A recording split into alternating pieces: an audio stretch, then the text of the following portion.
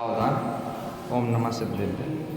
नमो अरिहन्ताणं नमो सिद्धाणं नमो आयर्याणं नमो वज्रायाणं नमो लोये सव्यसागुणम् उत्तम क्षमा मार्दव्यार्ज विभाव है सत्य शौच संयम तप त्याग उपाय है आकिंचन ब्रह्मचर्य धर्म 10 सार है चहुगति दुख तय काढ़ी मुक्ति करतार है। विगत 10 दिनों से हम किन के ऊपर चर्चा कर रहे हैं? 10 धर्मों के ऊपर हम चर्चा कर रहे हैं। उसमें हमने देखा धर्म कितने क्या स्वरूप है, कितना क्या क्या धर्म कितना विशाल चीज़ का नाम है।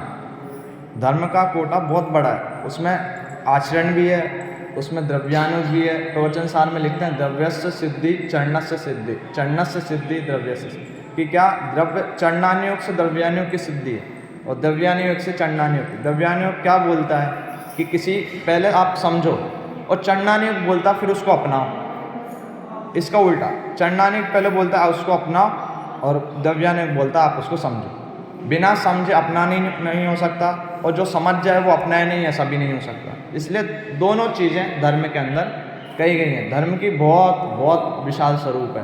तो इस धर्म में बहुत सारी परिभाषाएं जैन धर्म में बताई हैं। अहिंसा परमो धर्म, दया धर्म का मूल है, वस्तु स्वभावो धम्मो, दंसन मूलो धम्मो, चारित्रम खलु धम्मो। इतनी सारी परिभाषाएं बताएं तो क्या धर्म इतने सारे हो गए क्या? ये नहीं है। अलग अलग तरीके से चरणानुयोग बोलता है चारित्रम खलु धम्मो के आचरण ही धर्म है। द्रव्यानुयोग बोलता है दंसन मूलो धम्मो, वस्तु स्वभावो धम्मो। जब जब हिंसा की प्रवृत्ति होती है तो बोला जाता है अहिंसा परमो धर्म। क्या क्या अहिंसा ही प्रधान धर्म है। तो इतने सारी परिभाषाएं, उनमें से एक परिभाषा अगर हम पकड़ें तो एक है वस्तु स्वभावो धम्मो, कि वस्तु का स्वरूप ही धर्म है। इसमें कोई दिक्कत किसी को नहीं आ सकती। क्यों? क्योंकि वस्तु का स्वभाव कभी खत्म होने वाला नहीं है। अहिंसा, किसी जीव के हिंसा हो सकती है तो वो कहेगा मेरा धर्म का नाश हो रहा है, वो कहेगा हिंसा मैं करता हूँ तो मैं धर्म का पालन नहीं कर रहा हूँ। कोई कहेगा मुझे सम्यक दर्शन प्रकट नहीं है इसलिए मैं धर्म का पालन नहीं कर रहा हूँ। कोई कहेगा मेरा आचरण अच्छा नहीं है इसलिए मेरा धर्म का पालन नहीं हो रहा, तो दुखी हो जाते। लेकिन क्या दुखी होने की आवश्यकता नहीं है। क्यों? क्योंकि एक और परिभाषा है, क्या? वस्तु स्वभावो धम्मो, वस्तु का स्वभाव ही धर्म है। और कोई ऐसा नहीं कह सकता कि मेरी आत्मा का स्वभाव मेरे पास नहीं है। वस्तु अर्थात क्या? जीव का आत्मा, पुद्गल की भी वस्तु है। पुद्गल का स्वभाव क्या है? स्पर्श, रस, गंध, वर्ण। धर्मदत्त का क्या? चलाना में निमित्त बनना। अधर्मदत्त का स्थिति में निमित्त बनना। आकाशदत्त का अवगाहन में निमित्त बनना। कालदत्त का परिणमन में। तो एक भी वस्तु, एक भी व्यक्ति ऐसा इस जगत में नहीं है जिसके पास स्वभाव नहीं हो। इसलिए आचार्यों ने कहा दुखी होने की कोई आवश्यकता नहीं है। क्या? कि हमारा इतना धर्माचरण धार्मिक नहीं है। तो क्या? वस्तु स्वभाव धम्म, जो वस्तु स्वभाव के ऊपर, द्रव्य स्वभाव के ऊपर दृष्टि करता है उसका धर्म हमेशा उसको विद्यमान दिखता है। उसका धर्म हमेशा उसको विद्यमान दिखता है। जैसे कोई स्त्री है, कोई जैसे कुलीन स्त्री है तो वो कहेगी कि नहीं मैं अच्छी स्त्री नहीं हूँ, बुरी हूँ, ये करा मैंने, ये करा जीवन भर। लेकिन उसके कोई कहे कि ये सब तो तुमने अभी करा, तुम ये देखो पहले तुम स्त्री हो, तो क्या उसमें वो दुखी हो सकती है? क्या? स्त्रीत्व तो हर एक स्त्री का समान होता है। ऐसे क्या? वस्तु स्वभाव धर्म, हमारा जो धर्म है वो हमारे पास है, हमें दुखी होने की आवश्यकता ही नहीं है। बहुत आनंदकारी धर्म है। वस्तु का स्वभाव कोई कभी किसी से छीन नहीं सकता। कोई चाहे हमसे छीन ले, हम चाहें कि हम उसको गलत कर दें, हम चाहें कि क्या हम ज्ञानावरणी अज्ञान रूप तो प्रवर्तन कर सकते हैं, लेकिन हम चाहें कि ज्ञान ही मिटा दें तो वो संभव नहीं है। हम ये दुखी होते कि हमें सुख की प्राप्ति नहीं होती, हमें सुख की प्राप्ति नहीं होती। लेकिन क्या? सुख की खान अपने अंदर में पड़ी हुई है, सुख की खान अपने अंदर में पड़ी है, तो क्या उसे निकालने की बस आवश्यकता है। इसलिए क्या? हम पूर्ण सुखी हैं, हम पूर्ण ज्ञानी हैं, हम बिल्कुल सिद्ध आत्मा के समान हैं। द्रव्य स्वभाव से देखो तो क्या? हम सिद्ध आत्मा के समान हैं। बस जितनी कमजोरी है वो आज पर्याय में विद्यमान। इसलिए पर्याय की तरफ ध्यान देंगे तो दुखी होंगे, द्रव्य स्वभाव की तरफ ध्यान देंगे तो सुखी होंगे। एक व्यक्ति था, आपने वो कहानी सुनी, करोड़पति रिक्शा वाले। क्या? कि एक सेठ था, उसके पास अच्छा 1 करोड़ रुपए था, उसका एक पुत्र था। लेकिन सेठ को पता चल गया कि उसकी मृत्यु होने वाली है। अब पुत्र बहुत छोटा था, तो उसने कहा अभी से पुत्र को अगर 1 करोड़ रुपए दे दिया तो वो बचेगा ही नहीं उसके पास। तो उसने क्या करा, एक व्यक्ति को बता के बैंक में डिपॉजिट करा दिया कि जब ये 20 साल का हो जाए तब ये 1 करोड़ रुपया इसके नाम पे कर देना। उस व्यक्ति को जिसको बताया वो व्यक्ति वहाँ से चला गया। अब वो पुत्र जैसे जैसे बड़ा हुआ, जैसे दूसरों के मिलने से कैसे भी बड़ा हुआ, तो उस पुत्र को समझ में आया मेरे पास तो कुछ है ही नहीं, हम तो बहुत गरीब व्यक्ति हैं, तो क्या करना, अब खाने के लिए कुछ तो करना पड़ेगा। तो क्या करो कि रिक्शा चलाओ। रिक्शा चला, तो वो रिक्शा चलाता था, चिल्लाता था स्टेशन के 5 रुपये, बस स्टैंड के 5 रुपये, और वो क्या दूसरे गांव में जाके रिक्शा चलाता था, तो किसी को पता भी नहीं चलता था ये करोड़पति का सेठ है।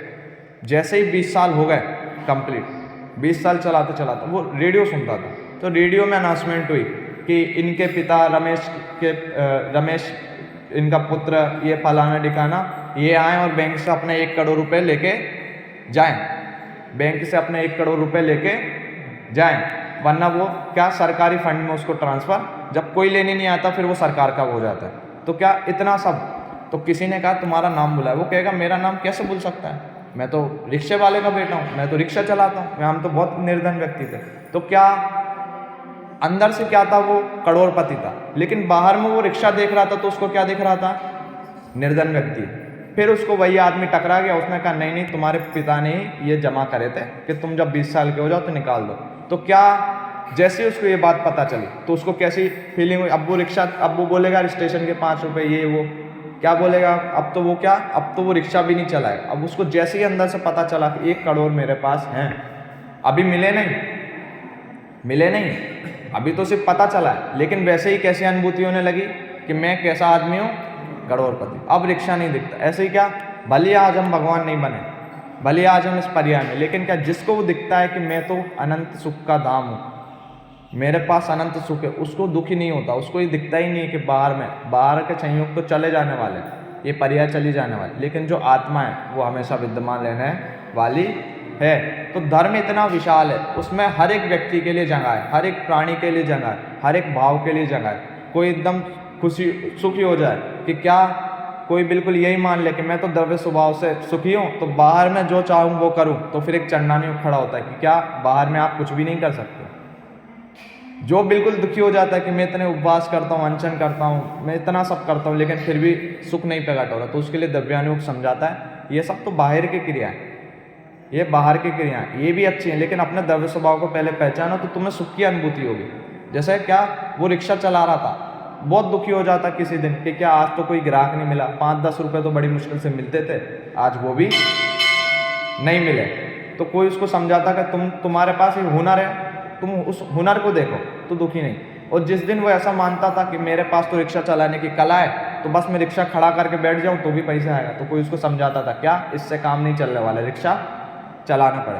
तो ऐसे ही क्या, हमारे साथ भी ऐसे ही, हम कभी इस तरफ हो जाते हैं, कभी इस तरफ हो जाते हैं, तो दोनों पक्ष हमें समझाते हैं कि इस तरफ भी नहीं जाना, इस तरफ भी नहीं जाना। एक तरफ कुआं है, अगर एक ही पक्ष को अपना लिया, अंदर के पक्ष को अपना लिया कि हम तो अंदर से सुखी हैं तो बाहर में कुछ भी करें, तो कुएं में गिरने जैसा है, और बाहर के पक्ष को अपना लिया कि हम तो बाहर में ही सब कुछ करेंगे, तो खाई में गिरने जैसा। तो इससे अच्छा क्या है, जो बीच में मार्ग दिख रहा है उस पर संतुलित पूर्वक चलो, उसमें संतुलन करके चलो, कभी इधर का नहीं, दोनों एक साथ चलो, दोनों एक साथ करो।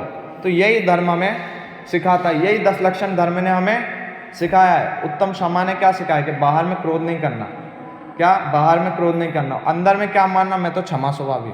मान ने क्या सिखाया, मार्दव ने क्या सिखाया, बाहर में मान नहीं करना, अंदर में मार्दव स्वभावी। तप, त्याग, आकिंचन, किसी भी एक धर्म ने ये नहीं कहा, यहाँ तक कि ब्रह्मचर्य धर्म ने भी क्या कहा, शील बाढ़नो राख ब्रह्म भाव अंतल। अंदर भी देखो बाहर भी देखो, बाहर से भी गलती नहीं, अंदर से भी गलती नहीं। तो ऐसा धर्म हमें सिखाता है कि क्या वस्तु का स्वभाव धर्म है। बाबू युगल जी ने लिखा वस्तु का स्वभाव धर्म है। जब इस स्वभाव की अभिव्यक्ति सही हो जाती है तो हम उसको धर्म बोल देते हैं, और जब थोड़ी गलत हो जाती है हम उसमें विकृतियां ला देते हैं, तो उसी को हम क्या बोल देते हैं, अधर्म बोल देते हैं। धर्म कोई अलग चीज़ हो, अधर्म कोई अलग चीज़ हो, ऐसा नहीं है। आपने सच्चे देवशास्त्र गुरु की पूजा करी तो आपने क्या करा, धर्म करा। यहीं अगर हम कुदेव शास्त्र गुरु की पूजा कर दें तो धर्म और अधर्म कोई अलग अलग नहीं, एक सिक्के के दो पहलू हैं, एक सिक्के के दो पहलू हैं। आप जिस तरफ चले जाओगे धर्म हो जाएगा। आपने गलत थोड़ा सा करा, वही अधर्म। कहीं अधर्म बाहर ढूंढने की वस्तु नहीं है। क्या कि हम जाएं और अधर्म बाहर से ढूंढ के ले आए, नहीं। वस्तु का स्वभाव हमने सही रूप से नहीं पहचाना तो क्या है, अधर्म है। हमारा क्षमा स्वभाव है और हम माने कि हम तो क्रोध स्वभावी हैं, तो ये अधर्म है। हम मान स्वभावी हैं, ये अधर्म है। हम माया स्वभावी हैं, ये अधर्म है। हमने उसी तरफ मान लिया हम तो क्षमा स्वभावी हैं, हम मार्दव स्वभावी। आज है उत्तम क्षमा। तो क्या आज सबसे पहले अपने आप को क्षमा करना।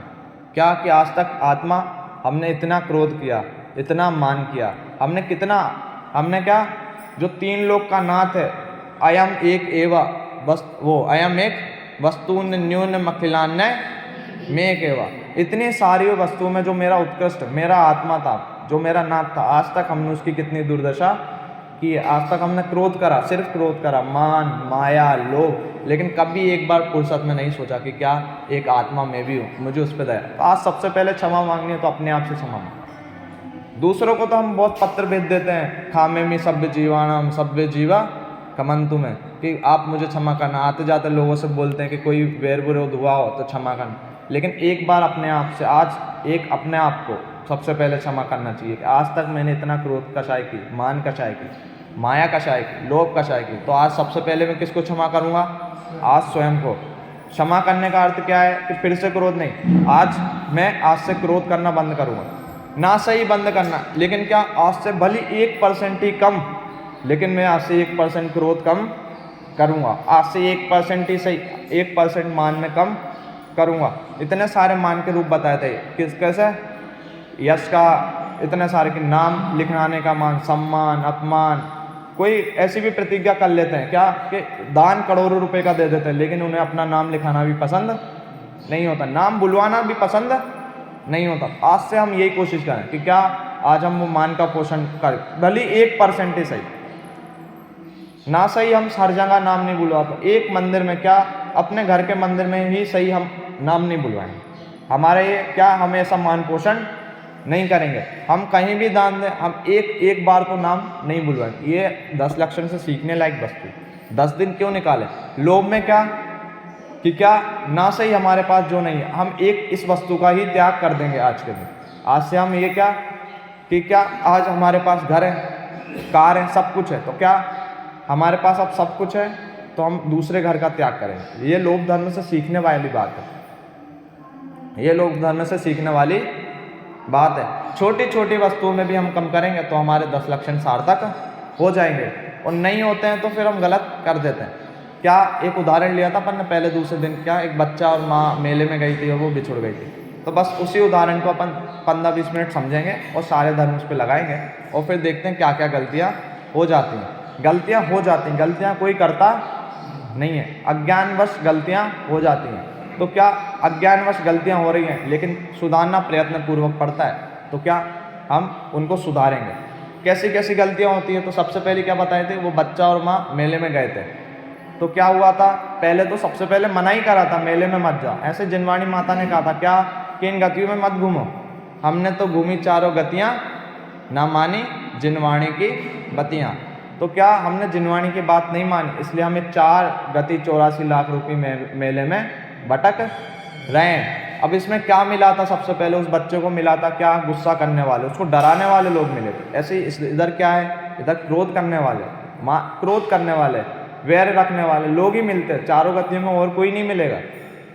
कोई अपन चाहे कि सिद्ध परमेष्ठी अपन को मिल जाए यहाँ, तो सिद्ध परमेष्ठी तो क्या बोलते हैं, लोकांत विराजे क्षण में जा, निज लोक हमारा वासा और शोकांत बने। फिर तुम रोते रहो तो हमें क्या फर्क पड़ने वाला, रो लो तुम। तो क्या इधर क्रोध करने वाले लोग मिलते हैं। फिर क्या उधर ऐसी वस्तुएं, मेले में ऐसी वस्तुएं मिली थी कि उस बच्चों को क्या अहम भर गया था कि मैं ही सही हूँ। ऐसे हमें भी इधर कुछ ऐसी वस्तुएं मिलती हैं, एक घर मिलता है, कुछ परिवार के सदस्य मिल जाते हैं, कुछ छोटी छोटी ऐसी वस्तु मिलती हैं जिनमें हमें क्या लगता है कि हम मान का पोषण करने लगते हैं। तो क्या ये वस्तुएं कैसी हैं, इंद्रिय भोग चिंताई सुरधनु चपला। बिजली कितनी देर के लिए चमकती है, एक क्षण के लिए चमकती है और फिर चली जाती है। ऐसे ही क्या ये सारी वस्तुएं कैसी हैं, बिल्कुल ऐसी हैं। इंद्रिय भोग चिंताई सुरधनु चपला चपलाई, इतनी सी टाइम के लिए कुछ मिलता है और फिर चला जाता है। उस बच्चे की सोचो जो माँ के पेट में जन्म ही मरण के रूप में लेता है, उसको क्या संयोग मिले? कुछ संयोग नहीं मिले, फिर भी उसका मनुष्य भाव गिना जाएगा, उसका मनुष्य भाव। या फिर उस बच्चे की सोचो जो जन्म लिया, 1 साल तक जिया और फिर मर गया। तो कितने क्षणिक संयोग हैं, आज हमें कल का ठिकाना नहीं है, कितने क्षणिक संयोग हैं। इन संयोग का हमें मिलता है तो हम इन संयोग के बस मान करते हैं कि मेरा पुत्र देखो, मेरा घर देखो, ये मान हम करते हैं। तो क्या हुआ, अब अपन आगे बढ़ाते हैं। ये तो उस दिन बता दिए थे क्या कि अब ऐसे ही वो पुत्र मान नहीं रहा था, वो मेले में क्या अभी तक वो अपनी माँ के साथ था, फिर भी अभी तक जिनवाणी के साथ हैं, जिनवाणी रोज बताती है, फिर भी हम नहीं मानते। ऐसे ही क्या वो फिर आगे गया तो उसकी माँ ने समझाया था, देखो मेले में ऐसे जादूगर आते हैं जो दिखाते कुछ हो रहे हैं और करते कुछ हो रहे हैं और बच्चों को पकड़ के लेके चले जाते हैं। तो क्या अभी तक तो वस्तुओं पे मानता, लेकिन अब क्या ऐसे क्या इस जगत में क्या है, ऐसे बहुत सारे लोग हैं जो हमें दिखाते कुछ हो रहे हैं, या हम स्वयं ऐसे हम सोचते कुछ हो रहे हैं, करते कुछ हो रहे हैं, बोलते कुछ हो रहे हैं, और इस सब में क्या हो जाता है वो हमें अभी पता चलता नहीं है। कोई भी ऐसा घर पे व्यक्ति आ जाए, वो ऐसा कुछ भी बोल के चला जाए, लोग कितने आज अंधभक्त जिनको बोलते हैं उनको कितना ठगा जाता है। तो क्या ऐसे मायाचारी करने वाले लोग इस संसार में मिलते हैं। जैसे वहाँ जादूगर मिले, मेले में क्या मिलते हैं, जादूगर मिलते हैं, वो क्या दिखाते कुछ हो रहे हैं और करते कुछ हो रहे हैं। ऐसे ही यहाँ क्या, यहाँ अपने जो स्त्री है वो बोलेगी कि क्या कि आप ही मेरे लिए सब कुछ हो, लेकिन जब एक ऐसी बात आ जाती है तो वही छोड़ के चली जाती है। वो पुत्र जो है जिसको अपन दिन रात शुरू से एकदम इतना बड़ा किया, सब पालन पोषण किया, और थोड़ा सा उसको कहीं और प्रेम हो जाता है तो वो छोड़ के चला। ऐसे जादूगर हैं, ये जादूगर हैं सारे दुनिया में। तो क्या ऐसा हो, और फिर अंत में क्या कि क्या मेलों को देख देख के उस बच्चों को कैसा ये भी ले लूँ, ये भी ले लूँ, ये भी ले लूँ, कैसे कैसे भाव आ रहे, इस पे भी जाओ, यहाँ भी जाओ, यहाँ भी जाओ। तो उसकी माँ ने समझाया था, देखो मेला बहुत बड़ा होता है, उसमें तुम्हें लगेगा कि मैं इस झूले पे भी बैठूं, इस झूले पे भी बैठूं, इधर भी जाऊं, इधर भी जाऊं, तो क्या तुम खो जाओगे मेले में। ऐसे ही हमें यहाँ लगता है क्या कि ना सही इससे सुख नहीं मिला तो ये वाला, ये नहीं मिला तो ये वाला, ये नहीं मिला तो ये वाला। किसी के पास एक फ़ोन हो, वो दूसरा क्यों लेता है, क्यों? क्योंकि उसका सुख उसमें लगता है कि अब बहुत हो गया ये फ़ोन, अब क्या पुराना हो गया, अब इसको नया लिया जाए। फिर वो फ़ोन आता है 2-4 साल बाद, फिर वो पुराना लगने लगता है। तो क्या यदि फ़ोन में सुख होता तो कभी पुराना लगता, क्या नहीं लगता। क्या लोग कार खरीदते हैं, 2-2 3-3 घर बनवाते, क्यों बनवाते हैं, क्यों? क्योंकि उन्हें उस घर में कुछ ना कुछ कमी दिखती है। क्या इस घर में ये कमी थी तो हम नया बनवाते, इस घर में भी कमी है तो इसको नया बनवाते। तो क्या हमें दिखता है ये भी मैं कर लूँ, ये भी मैं रख लूँ, ये भी मैं रख लूँ, ये भी मैं रख लूँ। तो क्या वही इन 4 प्रवृत्तियों को हटाना है, सबसे पहले इन 4 प्रवृत्तियों को हटाना है, तभी हम लोग क्या उस मेले में से बच पाएंगे। 4 गति 84 लाख मेले में से तभी निकल पाएंगे। कभी लगता है मनुष्य गति अच्छी है, फिर लगता है नहीं नहीं देव गति अच्छी है, फिर क्या इन दोनों में हम गलत काम करते तो कहाँ चले जाते हैं, मनुष्य गति। उससे क्या लगता है नरक गति, वहाँ क्या लगता है जल्दी से तो निकले यहाँ से, छूटें, कैसे भी छूटें, तिर्यंच बन जाते हैं। तो क्या बदबंधन आदिक दुख घने कोटि जीवते, कितने दुख प्राप्त होते हैं कि कहे नहीं जा सकते, इतने दुख प्राप्त होते हैं, कहे नहीं जा सकते, इतने दुख प्राप्त होते हैं। इतना सब इस संसार में, क्रोध, मान, माया, लोभ, हिंसा, झूठ, चोरी, कुशील, परिग्रह, सप्तव्यसन, इनके अलावा और कुछ नहीं है। आप देखना, एक एक जगह जाके देख लेना, यहाँ तक कि मंदिर में भी आपको कोई ना कोई ऐसा व्यक्ति दिख जाएगा जो ये प्रवृत्तियां कर रहा है, कोई ना कोई ऐसा व्यक्ति दिख जाएगा। तो क्या इसलिए कहा कि सुख बाहर में नहीं है, सुख अंदर में है। इसलिए धर्म कहीं बाहर में नहीं है, हम चाहें बाहर से धर्म कर लें, ऐसा धर्म बाहर में नहीं है, अंदर में धर्म है, अंदर में धर्म है। कोई व्यक्ति चाहे कि मैं जीवन भर क्रोध नहीं करूं, ये संभव ही नहीं है। यानी अच्छे से अच्छे व्यक्तियों को क्रोध आता है, पुराण भरे पड़े हैं ऐसी कथाओं से कि जिसको क्रोध आया तो उस क्रोध के चलते क्या क्या हो गया। क्या द्विपायन मुनि को क्रोध आया था तो क्या हो गया, द्वारिका अकेली नहीं जली थी, द्वारिका तो पुद्गल की थी, सोने की बनी थी, उसको क्या फर्क पड़ा। कृष्ण और बलराम को छोड़ के बाकी सब के सब, उसमें जितने पशु थे, जितने मनुष्य थे, जितने वनस्पति थी, सबकी सब एक क्रोध ने क्या किया, एक क्रोध ने क्या करा, सबको जला दिया। तो एक क्रोध क्या, एक आज तो हम ऐसे बहुत सारे सुनते हैं कि इतना सा क्रोध उसने अपने पूरे परिवार को मार दिया, इतना सा क्रोध उसने क्या ऐसे मान करा, रावण ने मान करा तो वो मनुष्य गति नरक में चला गया। ऐसे ऐसे प्रसंग हमें देखने में आते हैं। तो इस संसार में यही सब है और कुछ भी नहीं है। इसलिए ध्यानाथ राय जी ने पहले लिखा उत्तम क्षमा मार्दव आर्जव भाव है। ये भाव है, सोच भी ले लेना, क्या ये भाव है, ये स्वभाव, ये धर्म है, ये धर्म है, इनमें आनंद भरा है क्षमा करने में। जब हम किसी को बहुत कभी ऐसा आज का दिन जो होता है उत्तम क्षमा, उसमें बहुत सारे व्यक्ति क्या बहुत सालों से किसी की लड़ाई चल रही है और आज कोई उसको प्रेरित कर दे कि देखो आज उत्तम क्षमा का दिन है, आप इतने समय से इतने सालों से उससे कुछ ना कुछ वैर रखे हो, कुछ ना कुछ बोलचाल बंद है, लेकिन आज उससे क्या करो, क्षमा मांग लो। आज क्षमा मन नहीं मानता लेकिन फिर भी क्या करो, क्षमा मांगो, आपको ही शांति। वो वास्तव में कोई मांग ले आज के दिन क्षमा, तो क्या उसको अंदर में से कैसे लगता है कि एक भार, एक बोझ जो हम इतना पाल के बैठे थे वो क्या हो गया।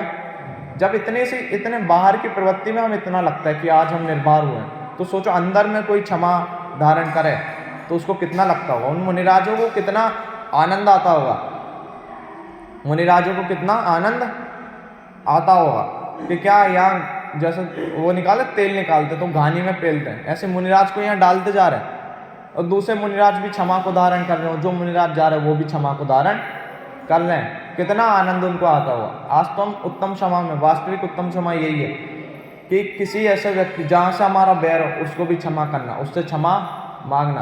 तो क्या कि ये उत्तम क्षमा मार्दव आर्जव ये क्या है, लोग सोच, ये क्या है, ये स्वभाव है, ये धर्म है। फिर ध्यानाथ राय जी ने लिखा क्या, सत्य सोच संयम तप त्याग उपाय। सत्य सोच संयम तप त्याग उपाय, इनको इन चार धर्मों को प्रकट करने वाली ये चार उपाय हैं। कौन कौन से, सत्य, संयम, तप और त्याग, ये चार इन धर्म को उपाय प्रकट करने वाले उपाय हैं। तो क्या ऐसे ही माने समझाया था, देखो वहाँ मेले में जा रहे हो ये सब मत करना, वरना यही कारण बनेंगे कि तुम मेलों में घूम जाओगे। बहुत समझाया था, घर से समझाया था, मेले में आते टाइम समझाया था, पक पक पे समझा रही थी, लेकिन क्या वो बच्चा इसी सब में उलझ गया। उसको वो जादूगर दिखे, उसको वो झूला दिखा, ये सब दिखा और वो मेले में उसका वहाँ से हाथ छूट गया और वो मेले में गुम गया। और जब गुम गया तो क्या हुआ, उसने रोना शुरू करा। क्या करा, रोना शुरू करा। तो क्या किसी व्यक्ति ने उसको देखा, तो मेलों में ये व्यवस्था होती है, पुलिस की चौकियां बनाई जाती हैं जगह जगह पर कि कोई गुम जाए तो उसके अनाउंसमेंट करने के लिए। तो एक व्यक्ति ने उसको देखा, किसी व्यक्ति ने देखा ये बच्चा रो रहा है, मतलब इसके घर वाले नहीं है इसके पास, ये गुम गया है, तो उसको पुलिस स्टेशन में ले गया। और पुलिस स्टेशन में ले गए, क्या किया कि पुलिस स्टेशन में गया बच्चा और एक कोने में जाके बैठ गया, एक कोने में जाके बैठ गया। वैसे ही क्या हम भी यहाँ रो रहे थे, किसी दिन ऐसा लगता है कि हाँ ये क्रोध मान माया लोग में दुख है, तो हम लोग बहुत दुखी थे। क्या हम लोग को वास्तव में ऐसा लग रहा था दुख है दुख है। तो किसी एक भव्य प्राणी ने, किसी मुनिराज ने हमें संबोधन दिया कि देखो क्या करना, कि क्या ये गुम गए, ये संसार में गुम गए, इनने अपने आत्मा को बुला दिया है, तो क्या करो। उनने हमें क्या करा, उनने हमें जिनवाणी को बता दिया, उनने हमें जिनवाणी दी कि इसको पढ़ो तुम्हें सुख प्राप्त होगा। लेकिन हमने क्या करा, जैसे वो बच्चा बैठ गया था ना जाके पुलिस स्टेशन में, ऐसे उनने हमें जिनवाणी दी तो हमने बंद करके उसको रख दी। अब वो बच्चा बैठ गया तो क्या बुराई हुई है, वो पुलिस स्टेशन में ही बैठा है वो बच्चा, क्या बुराई हुई कि क्या वो बच्चे की खोज ही गुम गई।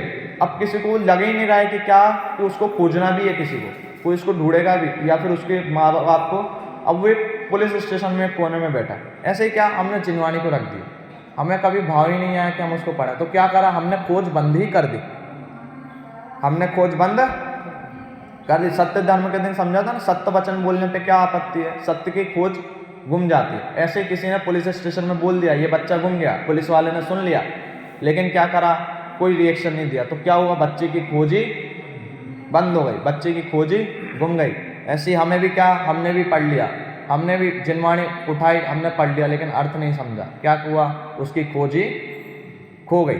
तो इस प्रकार से वो बच्चा भी बैठा रह गया और हम भी बैठे रह गए। फिर कभी किसी पुलिस वाले को लगा, कभी पुलिस वाले को लगा क्या कि ये तो बैठा ही रहेगा बच्चा, और यहाँ भी लगा कि ये भी बैठे रहेंगे ऐसे। तो क्या एक पुलिस वाले ने करुणा करके क्या करा कि उसको अपने पास रखा, क्या कि चलो तुम्हारी माँ को ढूंढें, लेकिन उसको एक वादा करवाया। क्या वादा करवाया कि कहीं भी मैं जहाँ जाऊँ मेरे पीछे पीछे ही आना, मुझे छोड़ के नहीं जाना, वरना मुझे जैसे ही छोड़ोगे तो फिर तो मैं भी नहीं ढूंढ पाऊंगा, तो फिर पुलिस भी कोई काम नहीं कर पाई। तो क्या उस बच्चे को बहुत समझाया कि देखो ये अपनी कार है, इस कार में ही बैठ के घूमना है, इस मर्यादा के अंदर ही रहना है, बाहर कहीं भी भटकना नहीं है। ऐसे ही हमें भी किसी ने करुणा करके फिर से समझाया, देखो ऐसे जिनवाणी को ऐसे पढ़ने से कुछ अंतर नहीं पड़ेगा। क्या कि इस मर्यादा में रहो, धर्म की मर्यादा में रहो। आप यहाँ जिनवाणी पढ़ो, बाहर जाके सप्तव्यसन करो, ये नहीं। एक मर्यादा निश्चित करनी है कि क्या हमें इसी मर्यादा में रहना। सब समझाया, श्री गुरु ने करुणा करके हमें समझाया। क्या समझाया? कि आप अपनी आत्मा की मर्यादा में रहो, बाहर निकलोगे तो दुख ही प्राप्त होंगे। ऐसे ही उस बच्चे को जैसे समझाया था ना, और उनने इतना सब कहा कि अब धर्म मिल गया। जिस व्यक्ति को धर्म नहीं मिला उसका तो कुछ नहीं, लेकिन किसी को धर्म मिल जाए और फिर धर्म छूट जाए तो फिर उसकी श्रद्धा ऐसी बन जाती है कि इस धर्म में कुछ है ही। जिसको नहीं मिला तो एक चांस तो रहता है उसके मन में कि कम से कम क्या कि कुछ तो है, लेकिन जिसको मिल के छूट जाए फिर उसको यही लगता है कि इसमें कुछ भी सार नहीं है। तो श्री गुरु ने समझाया, देखो अब अंतिम मौका, अगर अब गुम गए, अब निकल गए इससे बाहर, तो फिर कोई नहीं समझा पाएगा। ऐसे ही क्या उस बच्चे को भी, तो उस बच्चे से भी वादा लिया। ऐसे ही यहाँ पे श्री गुरु ने समझाया, देखो प्रतिज्ञा कर लो क्या कि हम अपनी मर्यादा में ही रहेंगे, अपनी मर्यादा से बाहर जाएंगे तो गुम जाएंगे। और इस बार अगर गुम गए तो फिर कोई बचाने वाला नहीं है। क्यों? क्योंकि अभी मनुष्य पर्याय मिल गई है, लेकिन यदि अब गुम गए तो फिर निगोद मिलेगा, फिर नरक मिलेंगे। निगोद कितना मिलेगा ये कोई नहीं कह सकता। वहीं एक श्वास में 8-10 बार जन्म मर्यो, वहीं जन्म होता रहेगा, वहीं मरण होता रहेगा। बड़ी मुश्किल से मनुष्य पर्याय मिल गई। चिंतामणि के समान दुर्लभ लई जो चिंतामणि, त्यों पर्याय लय तैसे। तो उस मर्यादा में रहने के लिए भगवान ने अपन को बताया कि क्या ये मनुष्य पर्याय, ये आत्मा है, उसकी मर्यादा में रहो। ऐसे उस बच्चे को वो बहुत समझाया पुलिस वाले ने, लेकिन वो बच्चा भी माना नहीं, वो बच्चा माना नहीं और कई में उलझ गया। वो माँ को ढूंढने की बजाय क्या वो फिर से झूले देखने लगा। कभी उस दुकान को देखता, कभी उस दुकान को देखता, कभी उस दुकान को देखता, और इसी सब में वो भटक गया। क्या? इसी सब में। तो भले वो उस कार में बैठा पुलिस वाले के साथ, तो क्या उसको माँ मिल सकती है क्या? वो अभी कभी इस झूले को देखे, कभी उस झूले को देखे, कभी इस झूले को देखे, पीछे क्या निकल गया, आगे क्या निकल गया। देखना क्या था कि कहीं माँ तो नहीं निकल गई। ऐसा ही क्या कि सत्य के बाद कौन सा दिन आता है, संयम के बाद कौन सा दिन आता है? तप। तो तप के स्वरूप में श्री गुरु ने समझाया था, देखो ये जो अनशन आदि हैं, अमोदर, वृत्ति परिसंख्यान, रस परित्याग, काय क्लेश, ये तुम्हें मर्यादा में सीमित रहने में मदद करेंगे। लेकिन कोई व्यक्ति इसी में उलझ जाए कि आज अनशन किया, कल अमोदर, आज ये छोड़ा, आज वो, आज ये, आज वो, आज नहीं ये वाला नहीं, वो वाला नहीं, वो वाला नहीं, तो क्या वो आत्मा पे तो ध्यान गया नहीं। और किस पे गया? सिर्फ भोजन छोड़ने पे। और बल्कि भोजन क्यों छुड़वा रहे थे कि क्या ये मदद करेगा आत्मा में के पास रहने में। आप उपवास करोगे तो इन सब चीज़ों से, विषय कषाय से हट जाओगे, और क्या होगा?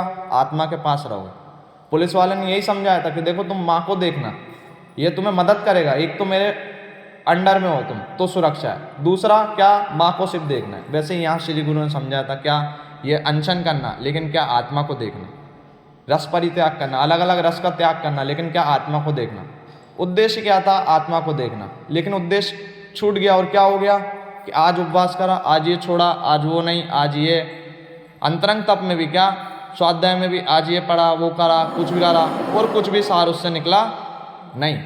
तो जैसे वो बच्चे ने अपनी, मान लो उसकी माँ सामने से निकल भी गई हो, लेकिन उसी समय अगर वो झूले को देख रहा हो तो क्या माँ दिखेगी? क्या नहीं दिखेगी। ऐसे मान लो हमें स्वरूप समझ आ रहा हो, आत्मा का स्वरूप समझ आ रहा हो, लेकिन इतने में विकल्प उठे कि आज उपवास करो, और वो आहार छोड़ने की तरफ ही हमारा ध्यान चला गया कि चलो ये छोड़े, सिर्फ ये छोड़े, ये नहीं ये छोड़ते हैं, ये पिछली बार छोड़ा था आज ये छोड़ते हैं, ये कर लिया, वो कर लिया, वो कर लिया, तो क्या आत्मा आके भी निकल जाएगा और हमें दिखेगा नहीं।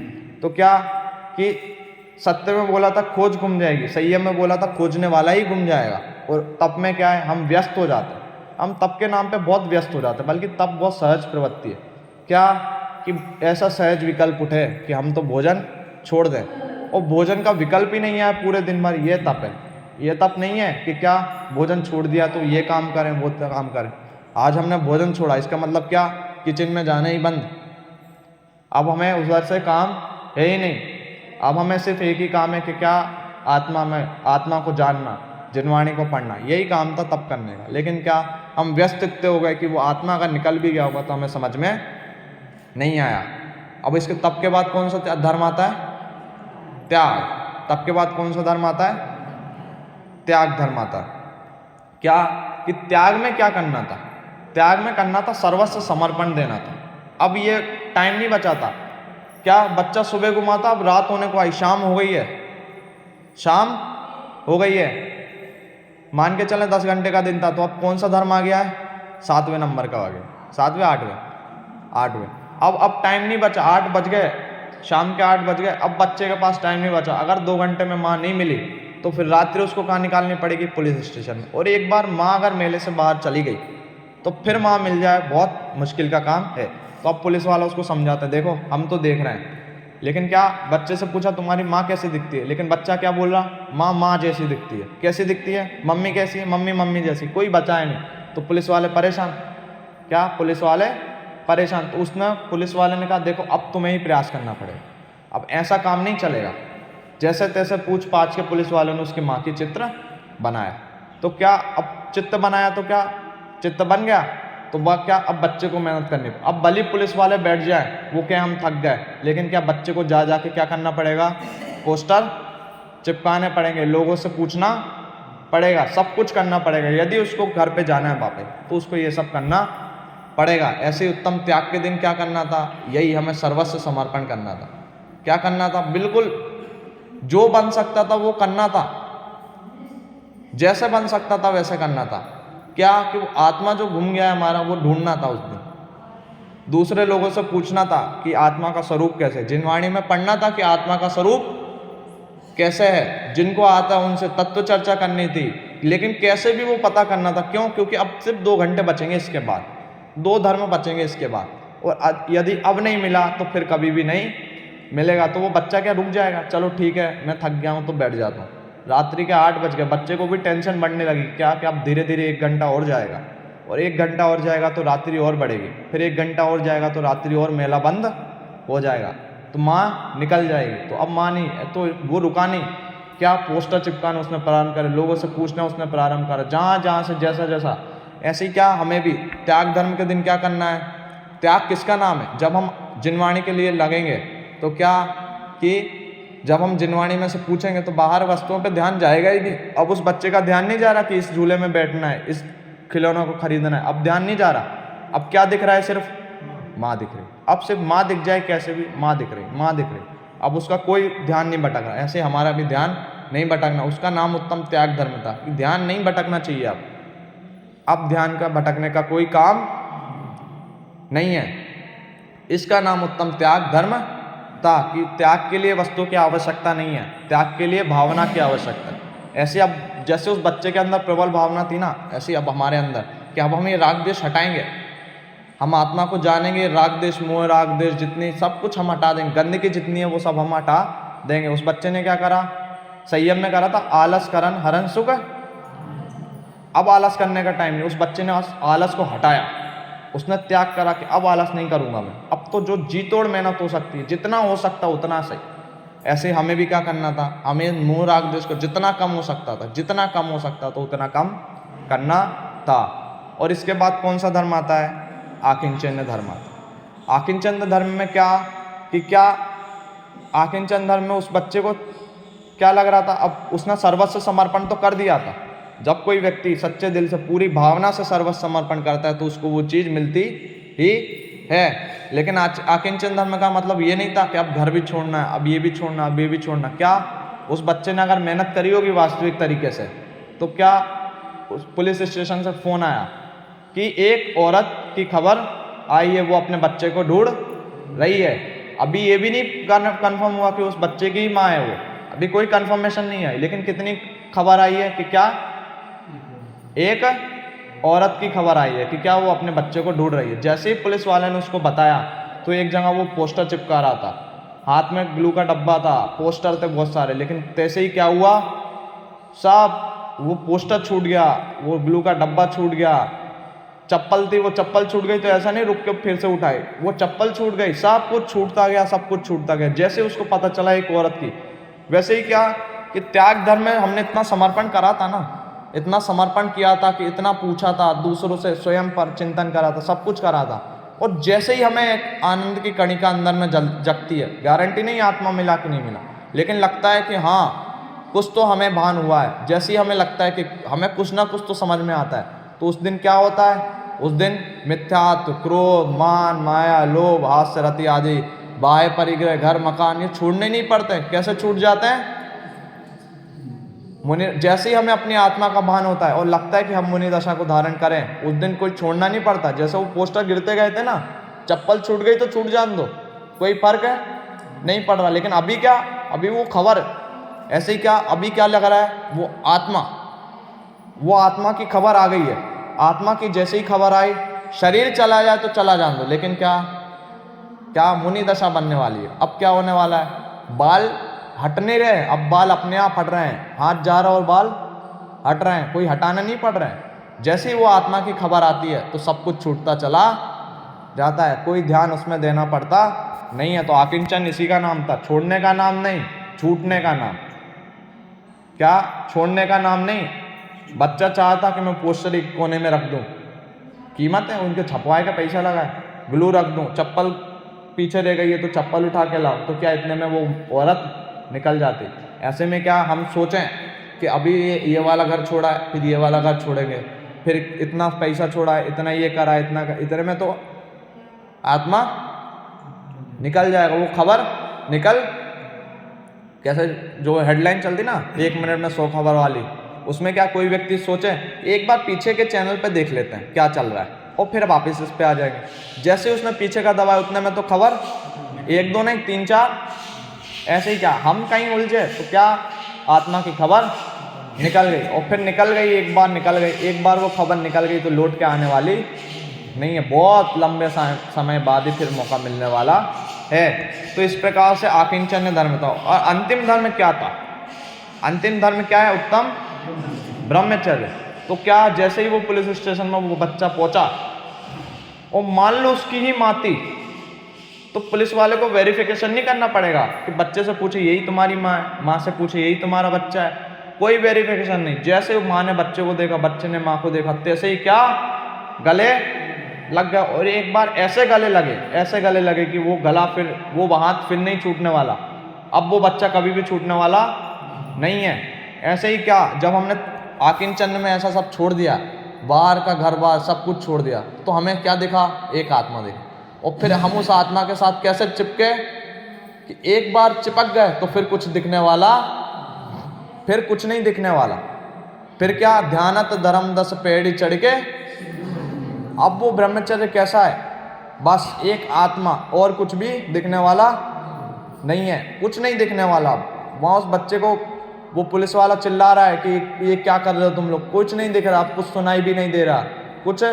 उससे पुलिस वाला पूछे कि बच्चा भी बहुत थका है, माँ भी बहुत थका है, तुम ये पी लो, ये सूंघो, ये करो, कुछ भी नहीं दिखने वाला। अब क्या दिख रहा है? सिर्फ बच्चा दिख रहा है और माँ दिख रही है। ऐसे ही अपन को यहाँ कोई कहे कि ये देखो, ये बहुत अच्छी मुलायम वस्तु है, इस पर बैठो, ये पियो, ये सूंघो, ये देखो, ये सुनो, क्या दिखने वाला? कुछ नहीं। मुनिराजों को कुछ भी नहीं दिखता है, कुछ भी नहीं दिखता है। कोई उनके शरीर का ही घात कर दे वो भी नहीं दिखता है। सिर्फ क्या दिखता है? इतनी मुश्किल से आत्मा प्राप्त हुआ, इतना समर्पण किया था, त्याग धर्म के दिन रात दिन एक कर दिए थे, इतना समर्पण किया था। तो अब क्या दिख रहा है? वो आत्मा। कोई काम अपन बिल्कुल ऐसा बोल देना, बिल्कुल दिन रात, दिन दूनी रात चौगनी मेहनत करके कोई काम करें, किसी के घर में विवाह हो और वो बिल्कुल इतना काम करे, 2-2 रात तक सोए नहीं, कुछ नहीं, नहाना पीना नहीं, कुछ नहीं, और जैसे ही उसकी शादी संपन्न हो और सब बोले बहुत इनसे अच्छी शादी किसी की नहीं, तो कितना आनंद आता है। क्या कैसा लगता है कि हमारी मेहनत सार्थक हो गई? ऐसे ही कैसा आनंद आ रहा है? क्या इतनी मेहनत करी थी, इतनी मेहनत करी थी, तो अब आत्मा जो मिला है उसका अतीन्द्रिय आनंद ही कैसा है। यहाँ तो मैं कह रहा हूँ बाय चांस फिर वो माँ की लापरवाही हो जाए, बच्चा का वो छूट सकता है, एक बार फिर से घूम सकता है, जो भी हो सकता है वो हो सकता है। लेकिन यहाँ दूसरे पक्ष में क्या, आत्मा एक बार मिला फिर नहीं छूटने वाला। फिर कहाँ रुकेगी अपनी गाड़ी? सीधी मोक्ष में, अर्यंत अवस्था भी नहीं, सीधे सिद्ध अवस्था, सीधी सिद्ध अवस्था के लिए। ऐसा नहीं कि हम मुनिराज बन गए तो बस यही बने रहो दिन भर, यही जीवन भर बने, नहीं, हमें अर्यंत अवस्था भी नहीं चाहिए। हमें तो क्या चाहिए? सिद्ध अवस्था। शरीर हमें चाहिए ही नहीं, हम तो किस लिए जन्मे? सिद्ध अवस्था के लिए जन्मे, कि हम भगवान बनने जन्मे।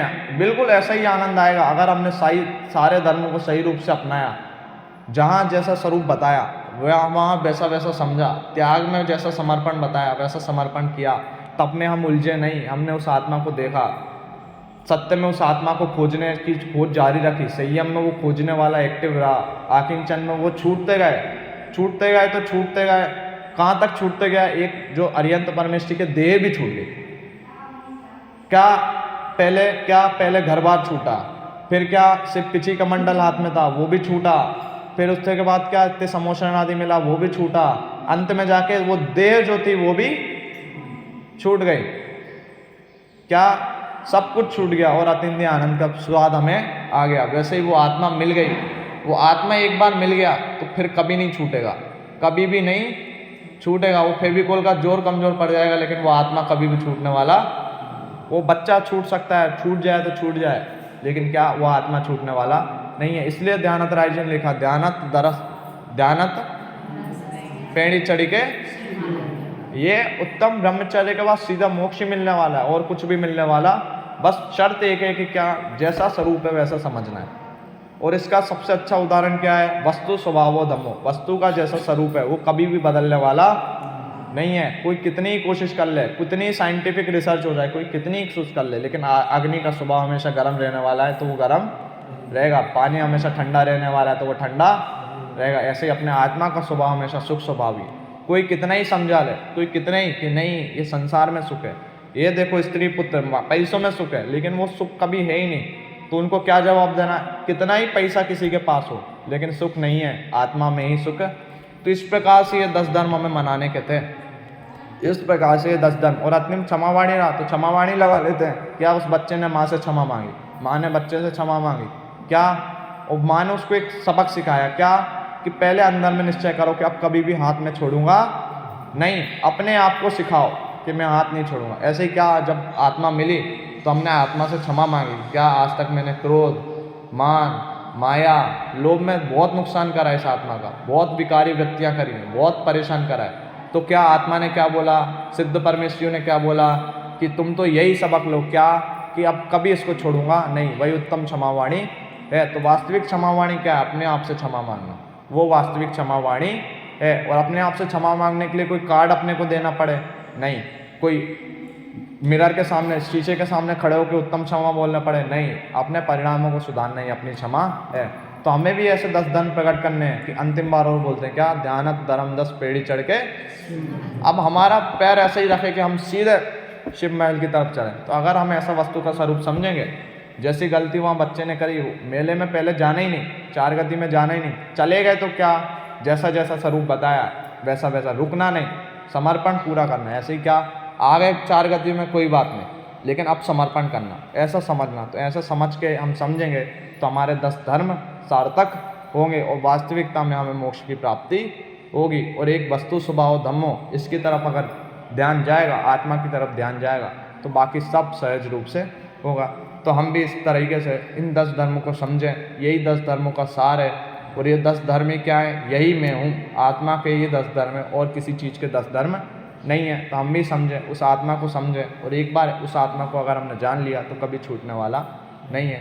तो हम भी उस आत्मा को समझें, इसी मंगल भावना से अभी की बात को समाप्त।